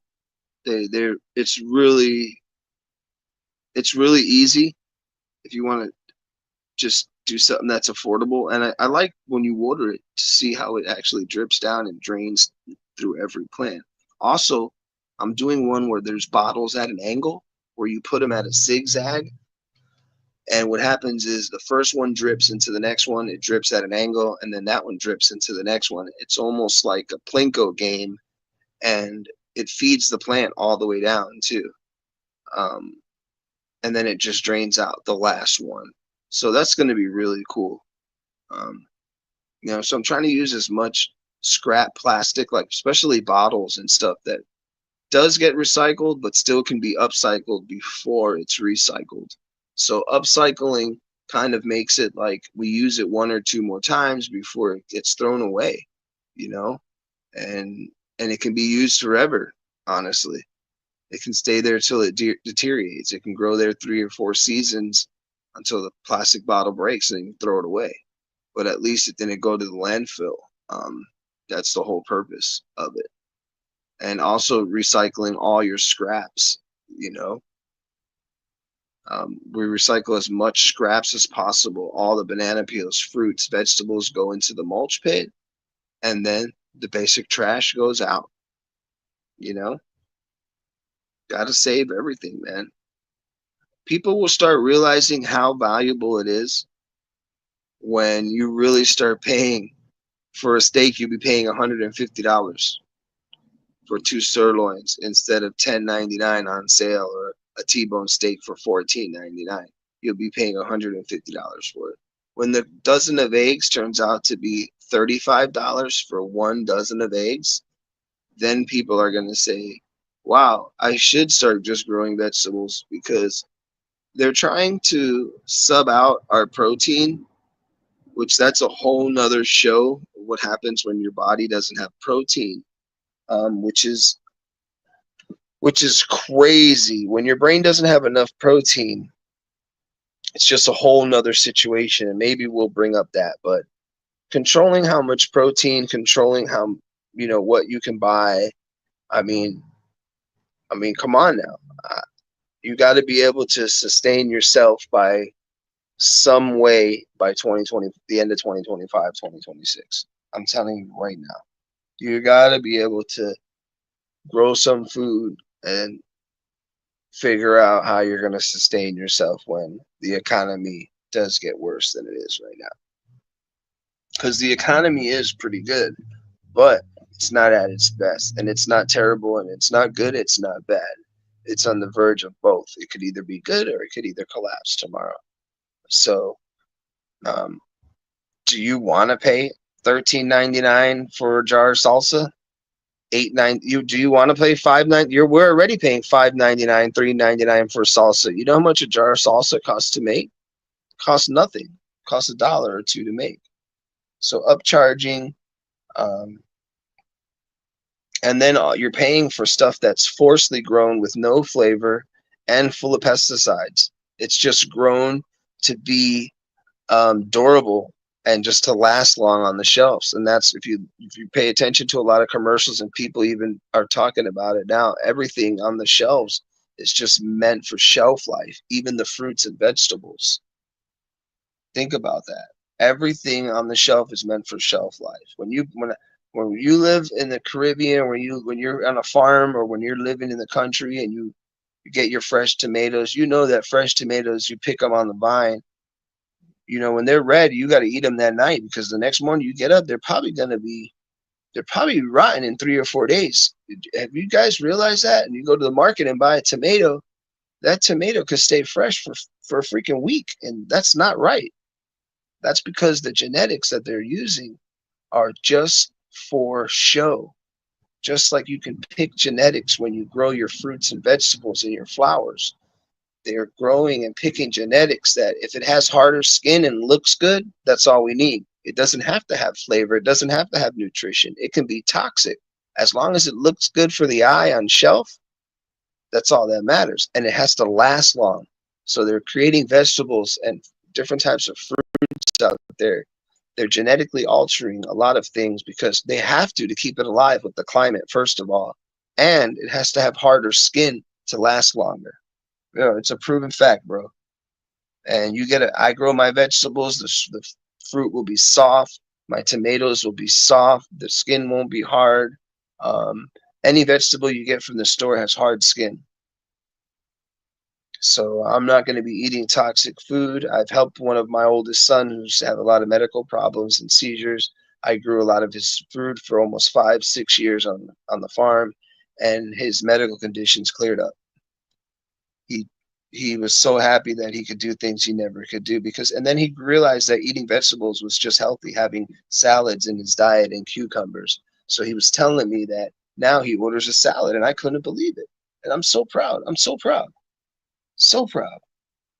And it's just great to know that vegetables can actually heal you. If you put a 50% vegetable diet into your body and start drinking a lot of waters, your blood pressure, everything's going to change. If you fast, it's the same concept. You're not eating a bunch of sugars. You're just eating vegetables. You're eating a lot healthier. You're, cutting down your meat, your fat intake. Your fat clogs your arteries. It makes you overweight. It makes your body sag down. It makes you heavy. Where you eat a lot of vegetables, you can eat a salad and go right back to work. So we got to continue to grow for 2025, guys. That's basically the bottom line, guys. Let's grow big. Let's grow organic food. Let's start doing everything organic. I'm using nothing but organic.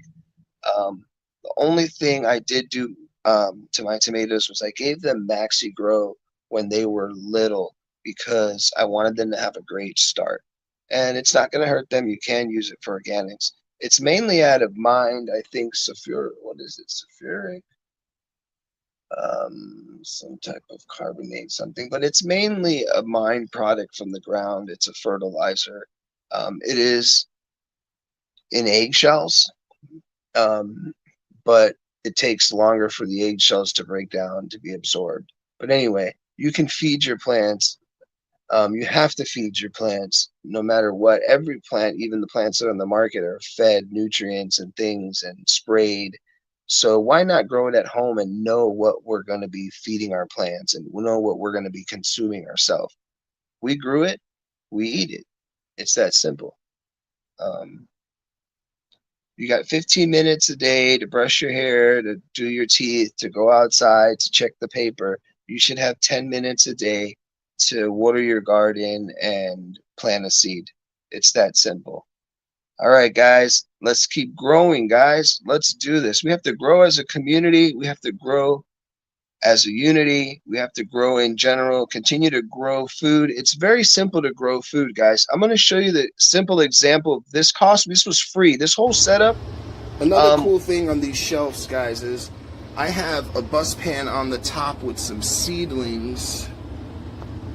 So the warmth from the top goes to the seedlings that aren't popped. Once they pop, they go to the first shelf, the bright light. Then they'll go down a little more, and as they grow, they'll go down a little more. But yeah, we're doing well. We got a lot of peppers. We got some extra small tomatoes here that came up late. I did a perpetual, which means I planted some vegetables 3 times. I did a triple. I planted vegetables outside, then I have these, and then I have my next set coming up here, and I have another seed tray back here. And that's basically it. This is what the shelf looks like. So I got my bus pan on top with the ones in the cups. I got 2 seed trays, and you can have stuff on the bottom if you want, but I don't recommend that because the floor could be cold. Not only that, less light penetrates to the bottom. But that's it, guys. So thank you guys for watching the show. I appreciate it. Like, subscribe, and share. This is the DIY grow shelf hydroponics too, guys. I did half and half this time, but a lot of the hydroponic stuff that was in root plugs went outside. Yo, Jason, when it said grow army,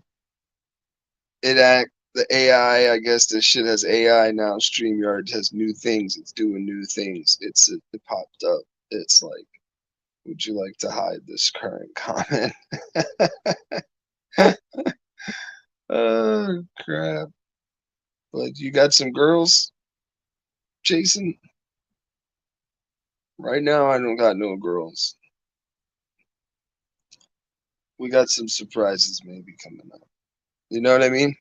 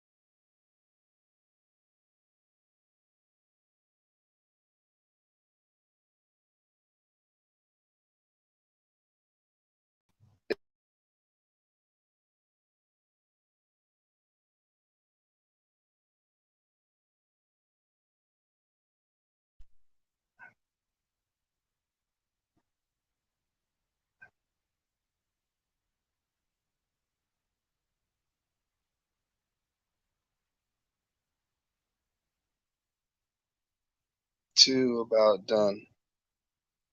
True.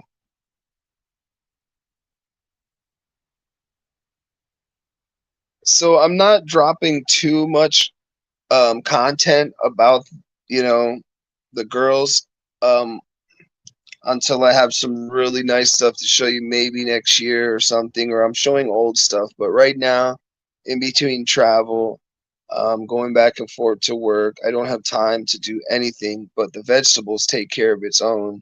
And I'm using the same concept and same techniques in the garden that I would use. Um, but we have a lot of things going on, and we have one of our family members having health issues, and just traveling back and forth and life and everything. So um, it's just been really hectic.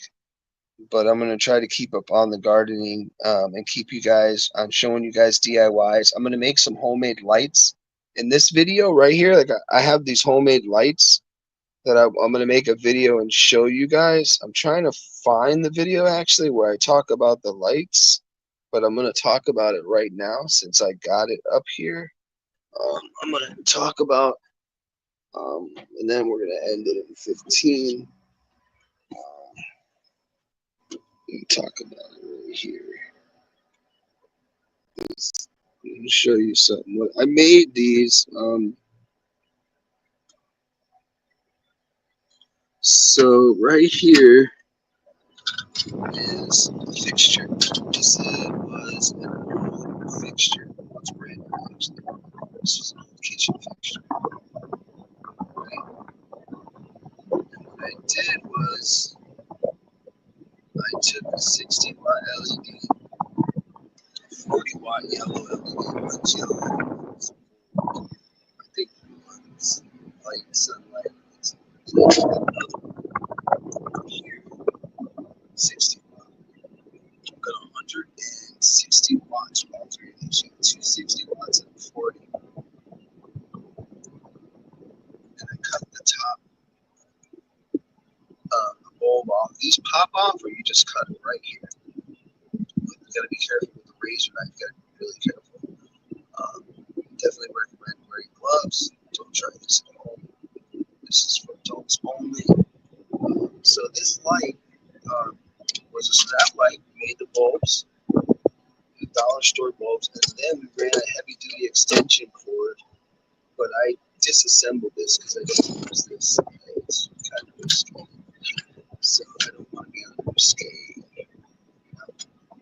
do it right, it can work with the timer. You can make one of these homemade lights. This is a homemade light, and it is 100 and, what did I say? 60 watts because it's 260 and a 40, 120. Yeah. So I made this, and then you just run a cord, an extension cord, and you can use any household light, but make sure it's got a metal fixture and it's designed. Uh, but when I made, I used, and I used wire nuts, and I used tape, and then I used an extension cord, but I used an orange extension cord for the plug. So I made that light. I mean, it works good. I got a couple of them I made. I just don't use it because it doesn't push as much as this LED light does.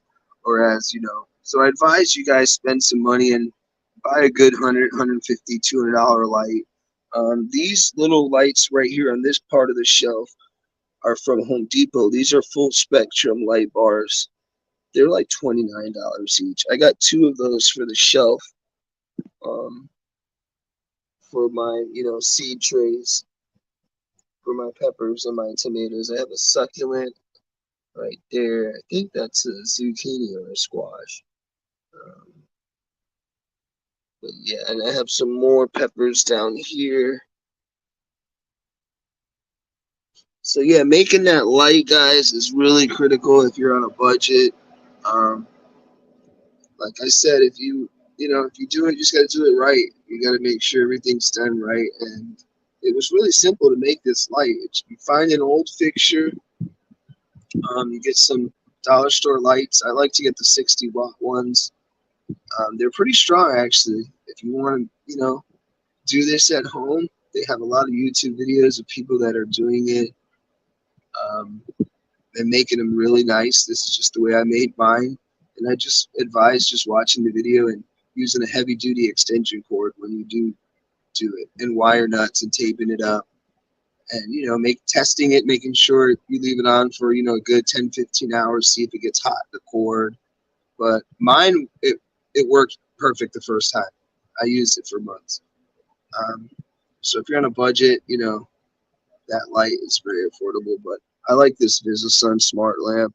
It works great for my pepper plants, for my zucchinis, you know, for my greens. I love it. I love it.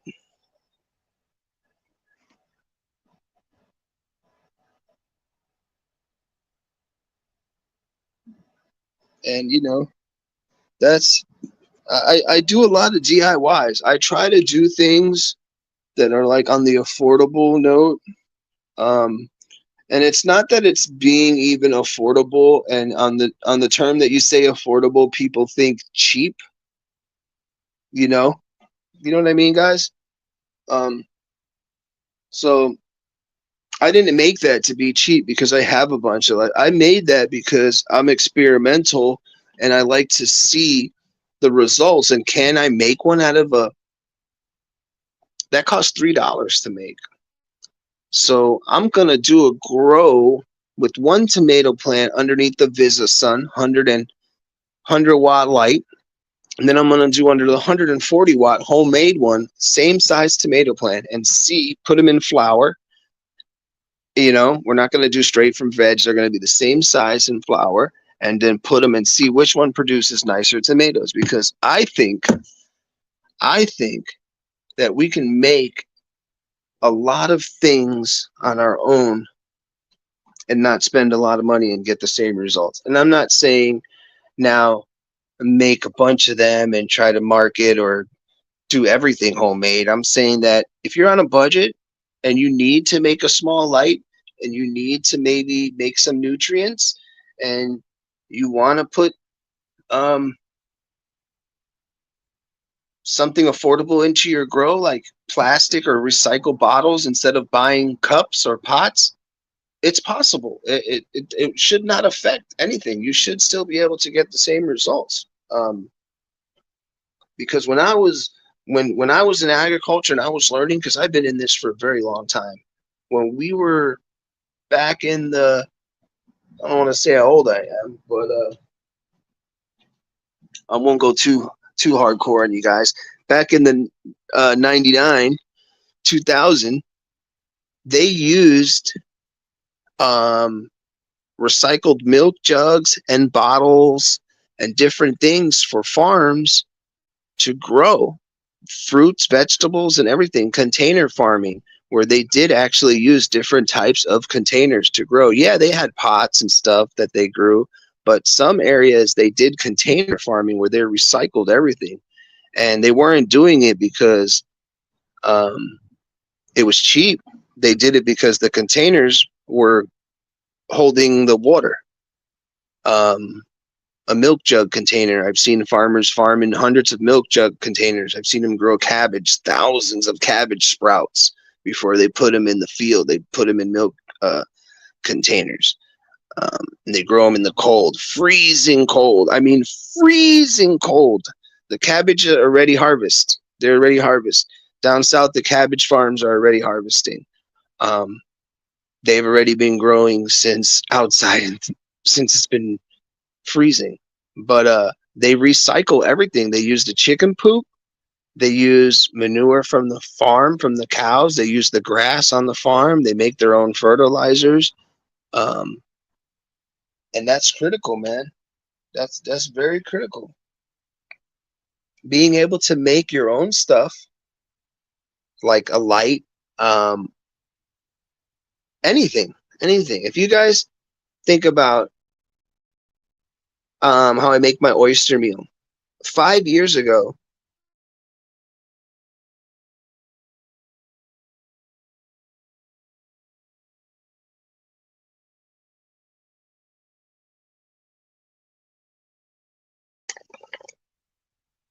5 years ago,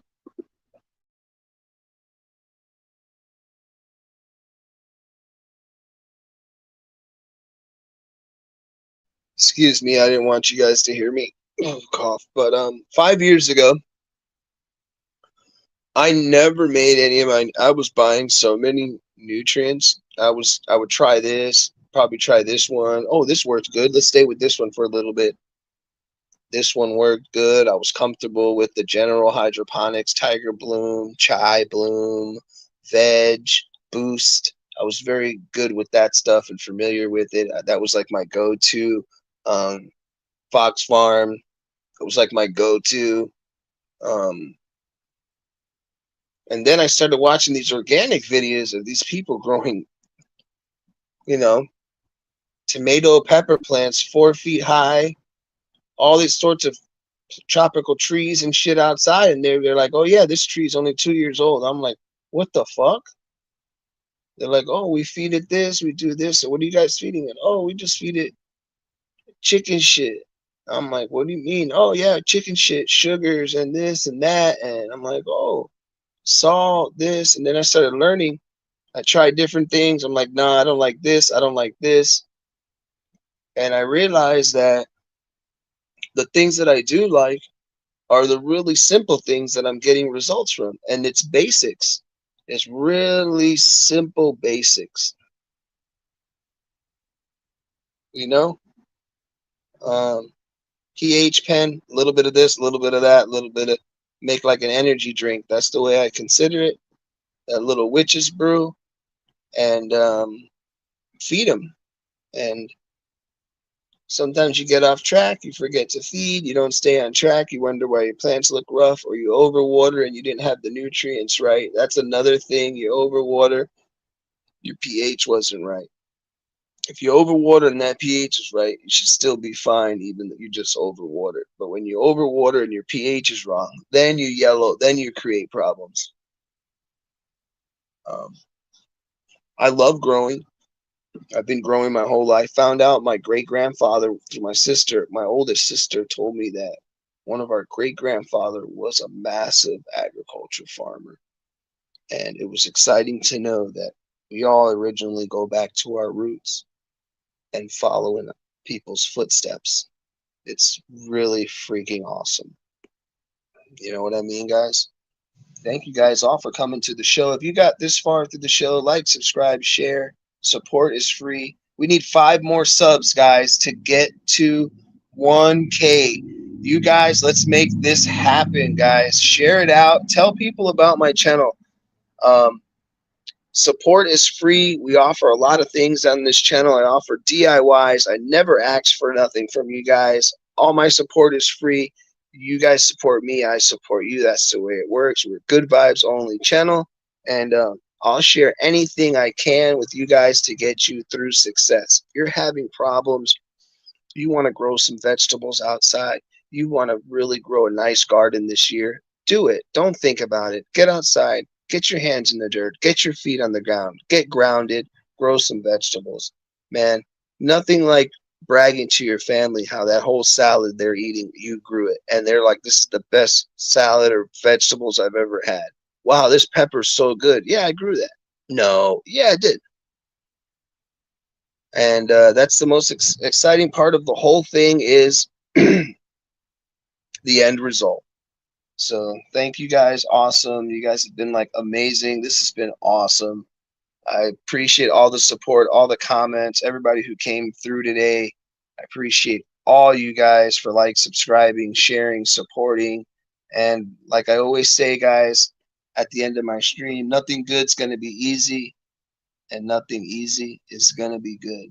So peace out. You guys have been the best. Drop a comment. And if you guys watch this stream at the end of the stream or watch it all the way through, drop a comment. And if there's anything you can teach me or tell me about my techniques that could help me grow, or I could add to my skills, by all means, creative criticism is accepted and I would appreciate it. So thank you guys. Drop a comment. Don't forget to like, subscribe, share. If you made it this far, shout out to you guys. Let's go. Everyone have a blessed night. Keep your head up, man. Never give up on your dreams. I am Green Giant, signing out.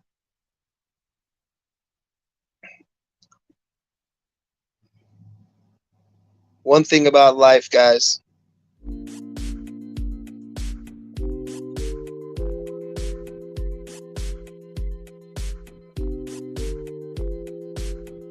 Trust the process. Trust the process. Peace out, everyone. Thank you guys for watching the I Am Green Giant podcast. This is your host, I Am Green Giant, signing out.